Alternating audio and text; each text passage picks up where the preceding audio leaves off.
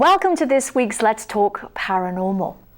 And my guest today, AJ Barrera, has 9 years experience as a medium and is one of the world's most accurate and youngest at the age of 22. His clients are as far-reaching as Peru, Germany, Canada, the UK, and all across the United States. He's a highly respected medium, and everywhere he goes, they praise him for his outstanding accuracy.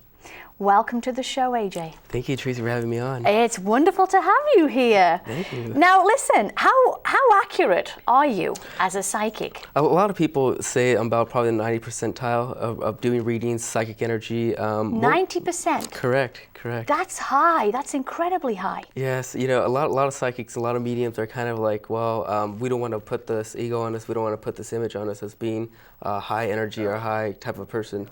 So I learned one thing to do is just put it out there, put the information in, and don't let the ego go to your head. Right, which is great, because you don't want the ego to take over. You just want to tell it as it is when Spirit give you the information. So if you're 90% accurate, where are you getting that number from?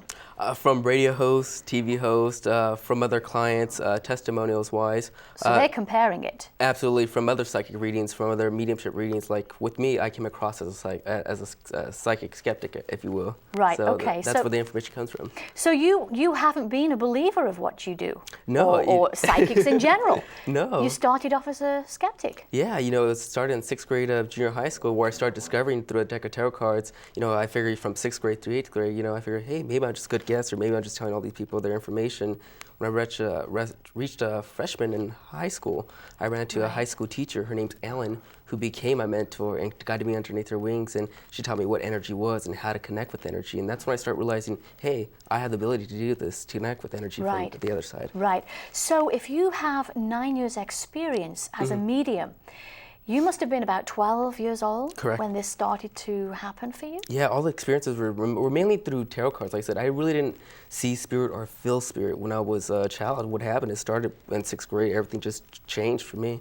Well, what was the first sign for you? Did you hear a voice in your head? Did you see spirit? Or what happened, I was fascinated with psychics and mediums on Montel. You had Moore, you had Sylvia Brown. Sylvia Brown, correct. Of course, right. You had them all over the TV shows, and I was fascinated. Well, maybe they're holding up cue cards, maybe they're telling what to say, and what happened is I figured, well, I have to explore it myself. I had to make myself a believer. It wasn't really that I had a vision, I had a dream, or something came to me. It was just, went out to get the tarot cards, not through me, but through someone else got me the cards, and I just started messing around with the cards myself. And I always tell people, don't mess with something you don't understand, because that's the #1 rule with psychic or mediumship, especially with tarot cards. There's things that they can tell you that can mean a whole lot more than what it is. Right. So do you get an incredible amount of feedback back from your clients? Oh, absolutely. Mostly I hear it with spirit communication when I do connect with loved ones, because people ask me, how the heck did you know this information? There's no way you could have known. Or when I'd done murder cases, people tell me there's no way you could have known unless that person was there with you in that murder scene or doing this. And so I try to put it out there as, I guess, an investigative as well, a detective, when I do these cases as well. Right. So. Are all your readings by phone, AJ, or are they in person? Do people meet to make an appointment with you? They're either in person or over the phone, whichever they prefer, but I love doing them over the phone more so than the in-person ones. A lot more easier. A lot of people like the intimate kind of conversation there. Right. I would think that it's more difficult to do it by phone, because you need that face. You need to focus on the face in order to pick up information. Maybe I'm wrong. A lot of people think you would not believe that. For me, I did not feel comfortable doing telephone readings at all, because I always felt like you had to sit in front of the person. I was just like everyone else. And, when I figured, I can do it over radio, what's the difference of me doing it over the phone? Because I'm still going through microphones, I'm still going through everything. So one thing I learned is everything that we live in life has energy. This chair has energy, your ring has energy. So what happens, I tune in your voice, that person's voice, and I just tune into that information. So it's the voice that's the key thing here. Absolutely. Tuning into the voice. Correct. I don't need a name, I don't need initials or who you want to connect with. Let me just listen to your voice, and maybe a birthday would help, maybe your birthday, and I would go on from there. Right. Now, a lot of people, I know this from being around a lot of people, when they have psychic readings, one of the first things they say is, now, don't ask me for my birth date. Whatever you do, I don't want you to know my birth date because it's so easy to do a reading from that. So that's true, right? True to a certain point of view. It depends. If you want to do a life path kind of a thing, like numerology, with me, one person wants to know, well, what's 2000 going to happen with me? So what happens is you get the birth month and the birth date, and also you would get 2007. You would add those all up, and you could figure out in numerology what 2007 outcome would be. It would not be the full context to it. It could be a lot more extravagant, but we have the I guess free will to change everything for next year. So it's not that you're putting general information with someone's birthday. It's helping you numerologically with information. To describe the information, to describe the person, because numerology helps me describe a person rather than their situation, how they live, or anything else. That's more so through psychic energy. I can't tell a person how their grandfather was in life through their numbers. I can't. Right. I would have to do their numbers and everything, and more so it's rare for me to ask for numbers or birthdays. So one thing I love is just tuning to their voice. Right.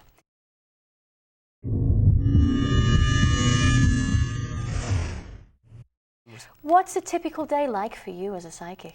You know, people think it's so extravagant. You know, I hear voices all the time.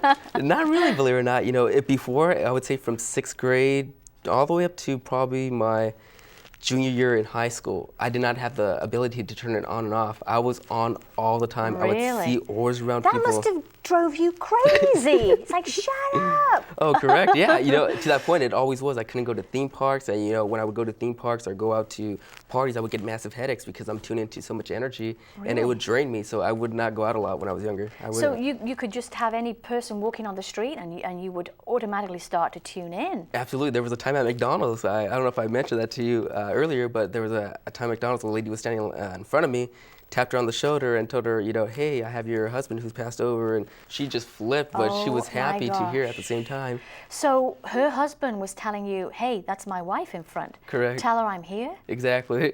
And you know, so the thing that she was able to validate, not just because your husband passed away, I try to give the names, birth dates, you know, how they passed away, you know, giving the specifics part about, you know, rather than, you know, he just passed away with a pain in his chest, you know what I mean? We all had someone that passed away with a pain in their chest. Right. It's being more specific, because I know with a lot of skeptics, you know, that are out there watching the show today that may think, well, you know, anybody can just touch on general information. Like you said, we all have aches and pains. We all can die from the most obvious things. But when you touch on specifics... With me, when I go on specifics, for instance, there's mediums, like I said, they'll say they passed away with a pain in the chest. Could have been a heart attack, could have been either passed away on surgery, it could have been a triple bypass. I mean, there's one lady that I did a reading for, you know, the first thing I asked her, you're like, did your father pass away with a triple bypass on surgery table? First thing that came to me, because everything's out of my frame of reference. So if I see a TV show that someone passed away with this kind of condition, that's what my spirit guides are going to show me, is to relay that information correctly. Or a person has lupus, or they have a thyroid problem. That's my main point getting across, because I can't just, oh, they have an ache in their throat, you know, things of that nature. Right. Well, if you hear anything in the studio today, for any of our crew here, or me, let me know. Absolutely. Okay, we can pass on the information.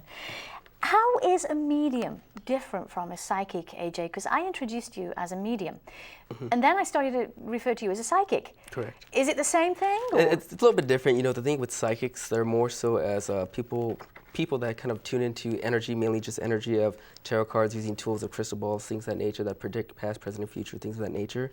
With the medium, they have one foot on the physical plane and one foot on the other side, meaning that they are basically in the middle, where they can connect with spirits, with energies from a different realm, if you will. Because, for example, use this as a metaphor, one thing I learned from a mentor is that, say we vibrate as a 120 energy and they vibrate as a 260 energy, what happens is I have to speed up my energy and they have to slow down theirs. And what happens? Now, what does a 120 or a 260 energy mean? What do you mean? Oh, meaning like vibration levels. Okay. So they're always going to be a higher vibration, but I'm just using that as a metaphor. Okay. As a metaphor, I'm not saying those are the exact numbers, but I'm just saying, you know, say there was a 120 vibration and they're a 220 vibration, I have to speed up mine and they have to lower down theirs. And what happens between that? Then you can make that connection. And that could be like 5 minutes, a half hour, an hour, depending on how long they want to make that connection. Right.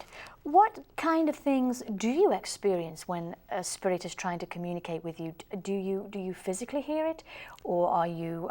Is it clairsentient, where you actually feel certain things? That's a great question. You know, the number one thing that I do feel is clairsentience first. So they give me the condition of how they passed away. So if a person passed away with a gunshot or a blow to the head, I will feel pressure to my head. You will. If a person passed with a heart attack, I would feel pain in my chest. Or someone had complications in their abdomen, I would feel pain in my stomach. And then there's clairvoyance, where I start seeing things directly in front of me or in my mind's eye. And then there's clairaudient, where I hear information in my head from my spirit guides. I see. So your spirit guides are there all the time? Absolutely. 24/7. Correct. You know, they're on duty, they're on call. I call them my bodyguards, if you will. Now, tell us a little bit more about your spirit guides.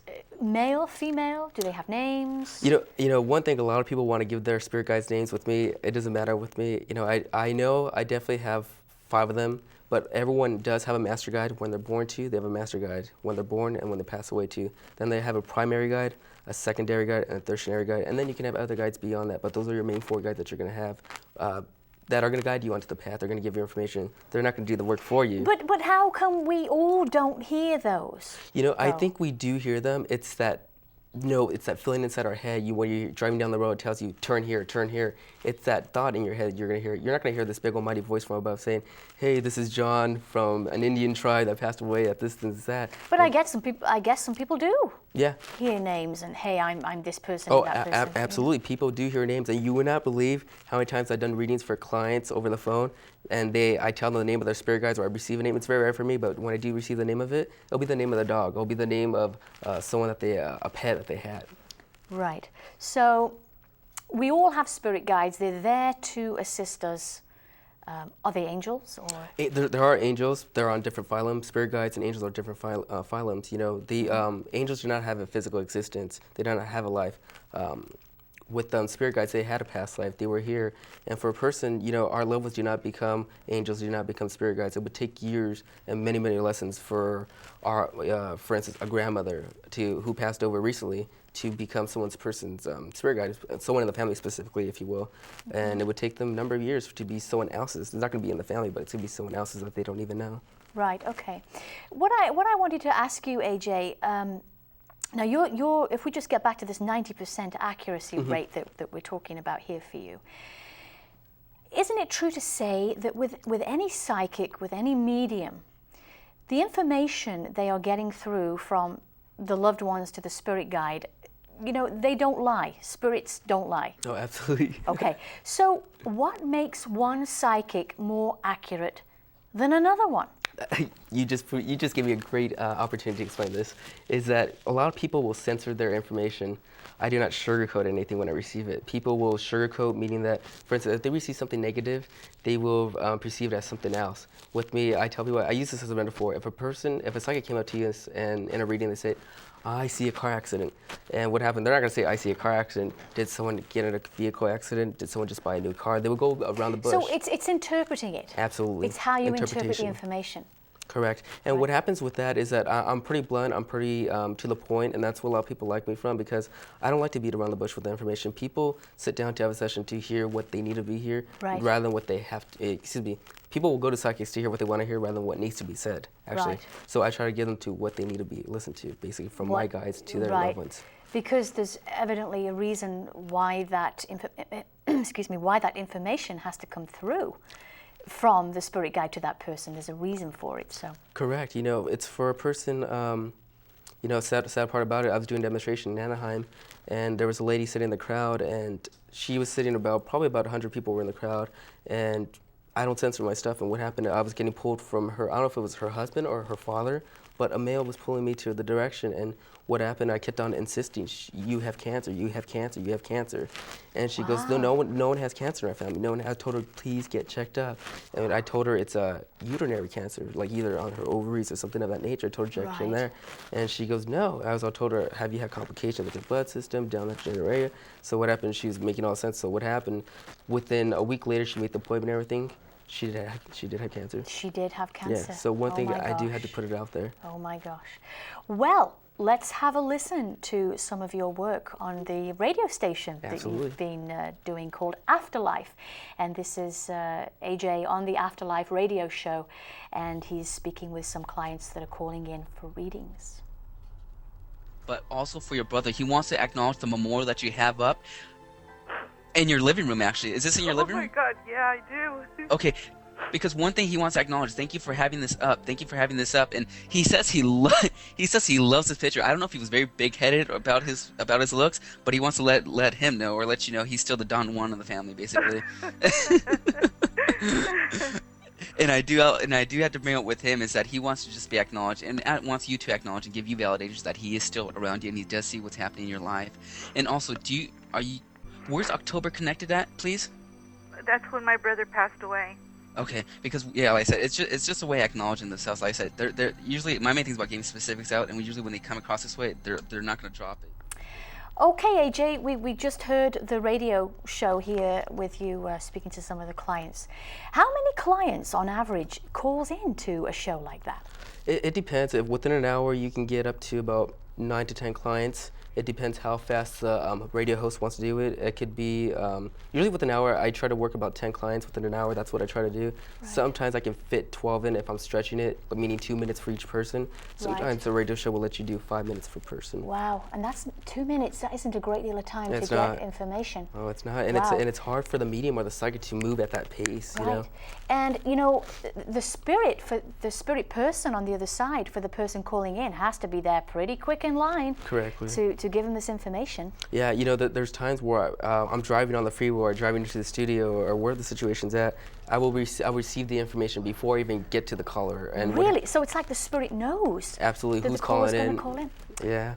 And I always believe in them, God, the man upstairs, and our loved ones, spirit guides, angels. They make that connection for that person there. And that's what I love about this work, is that they give us the awareness. They give us that quote that, the soul still survives after death. And that's one reason why we have hauntings and ghosts, because it lets people know that the soul still survives after death. And you believe that God wants us to know that? Absolutely. It's not to just fear us or give us, something to look happy to. It just lets us know that we're in a better place. It's something to look after to, Coming from a Catholic point of view, it's a devil's work. It's not something you should believe in. That's what a lot of people believe. Correct. But, it's God's work. Absolutely. And I tell people, without him, I wouldn't be doing this work, because I always do rosary, pray, do my prayers, and, I always wear a cross. I try to always be connected with my roots, my spirituality, and also my religion, and also where I came from as being grown up as a child.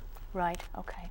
Are you feeling anything in our studio right now? No. I have to ask. No, I would have tell you, I'll be coming over here, but okay. No. Well, don't be afraid to stop me if you do. Okay. Oh, I won't, trust me. I just want to ask you, AJ, supposing you're giving a reading and a spirit doesn't step forward, what do you do? I think that only happened to me once, and that was on a national airing radio show. First time that happened. Never had that happen before. And what happened? The spirit would not come through. I could not connect with the person, could not get anything come through. And I tell them, I want to hear from Dad, or I want to hear from Mom. Usually I don't call upon them. They come to me first, And there's times where I just have to give them Grandma, and they want to hear from Dad. And what happens with the energy, I have to read them psychically rather than mediumship-wise.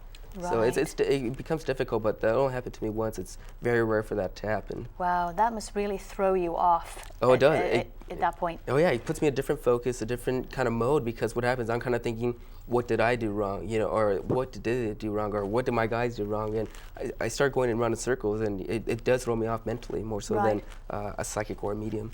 What does that plane of existence look like or feel like, AJ, if you're able to describe it to us? That I honestly can't say. I can only say from our heaven's our heaven, your hell's my hell.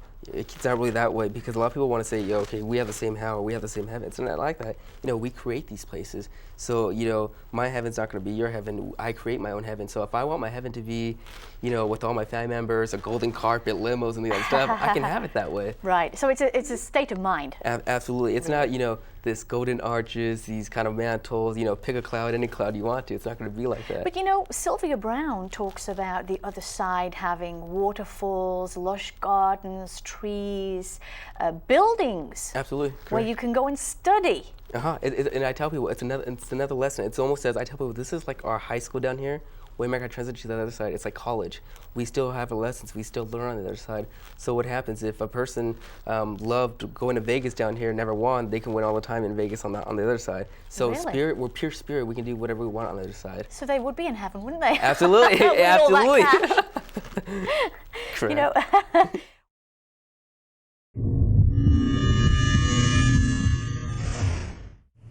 Now then, I want to ask you about some predictions before the close of the show today. Oh, great. What's coming up for the rest of this year in 2007? What about gas prices? What's going to happen? You know, I honestly feel like they're going to drop. They are going to drop. They're going to drop, and then they're going to skyrocket right back again. I want to say about another 2 months, they're going to start declining. I actually feel like they're starting to decline now in prices wise, but I feel like they're going to rocket right back up. Really? I do feel like a lot of foreclosures, a lot of home things, a lot of things are going to start happening. Probably around July. If that's one thing I want to look into is real estate. Something we have to look into is I probably feel like a fluctuation there. July of this year? This year, correct. Okay, so you want people to take heed of this. Absolutely, too. Especially here in California, what we have to look at going towards like San Francisco, things of that nature. That's what the properties are going to start declining as well. So, San Francisco, properties declining. Absolutely. Rather than be, you know how they're so expensive. It's almost like living out in New York. Properties are so expensive now. It's like people have to make, pay an arm and a leg to live here basically now. They do. Yeah. It's so expensive here in California. Whoa! We just got some divine intervention. Thumbs up. Thank you, Spirit. Hey, thank you. Yeah. Now, I just want to let's go over to George Bush. There we go again. This is great. I'm loving this. George Bush. He's going to remain in presidency until 2008, and then who? What do you think? Let me backtrack real fast with President Bush because I do feel like there's going to be a lot of scandals with Mr. President Bush and also the government, meaning scandals, meaning with drugs, meaning medical, meaning smuggling. We're going to be trafficking drugs from up north, meaning either from Canada or some in general that region. So from 2006 up to 2007, we're going to see a lot more scandals going on with with meds, prescriptions, things of that nature, because there's going to be a high demand for it. President-wise, I do see Hillary Clinton running in for this. Now, I've said this all along, and people have said no, no, no.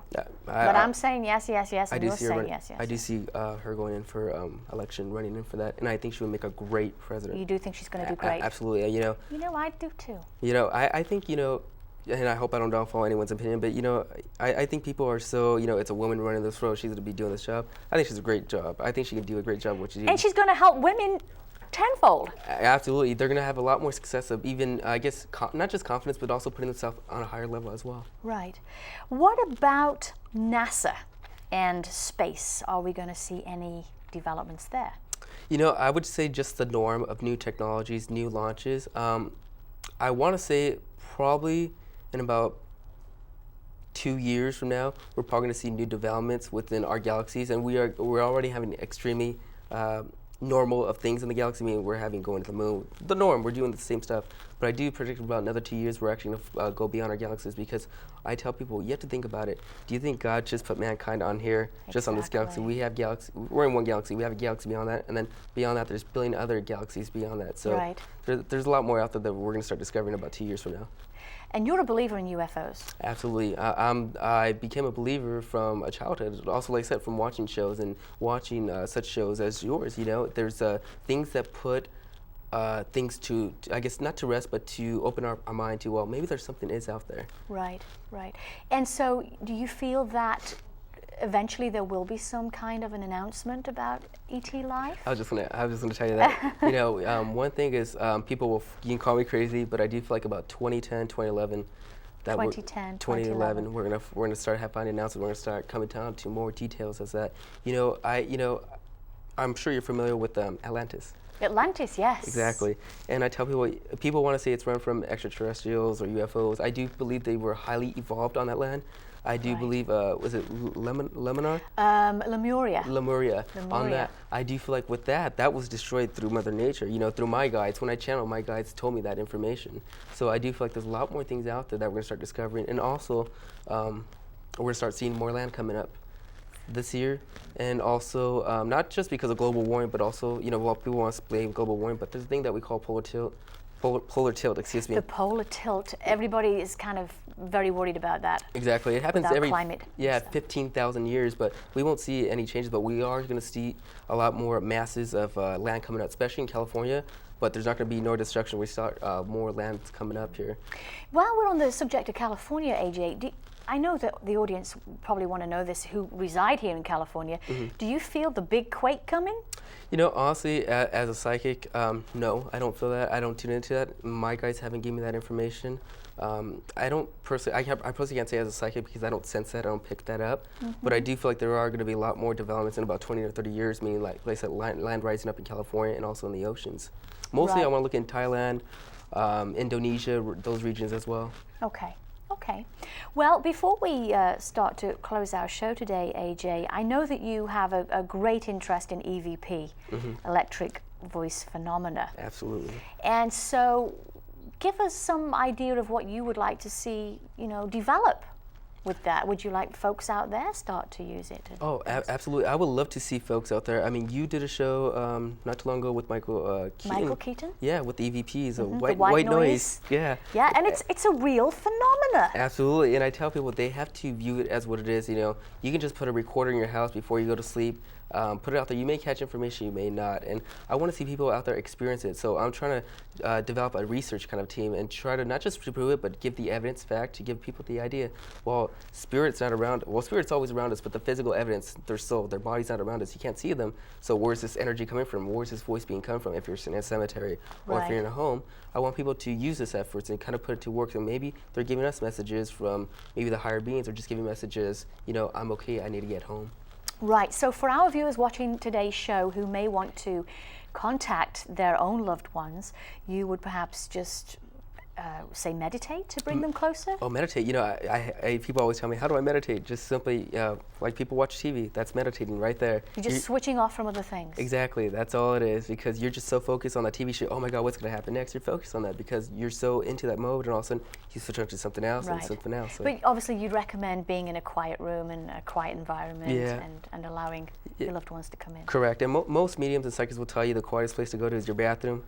That's one thing I've done. Is sometimes I'll sit in my bathroom, I'll sit there and just meditate and let the information come through. Or when I'm in a radio show, or for instance, if I'm in a studio, I would just go to the bathroom and meditate if I had to do readings and stuff, because I don't have time when I'm in a hurry, things of that nature. Right. So, yeah. Okay, well, try the bathroom, folks. See if it works. See if you can bring in some spirits. We'd like to know about it. So you can actually learn more information about AJ and his marvelous work on his website, www.ajbarrera.com, and of course on our website, letstalkparanormal.com. And if you've got very interesting stories, we'd love to hear about them, and any questions for AJ, you can email him. Until next time, keep an open heart and an open mind. Bye-bye.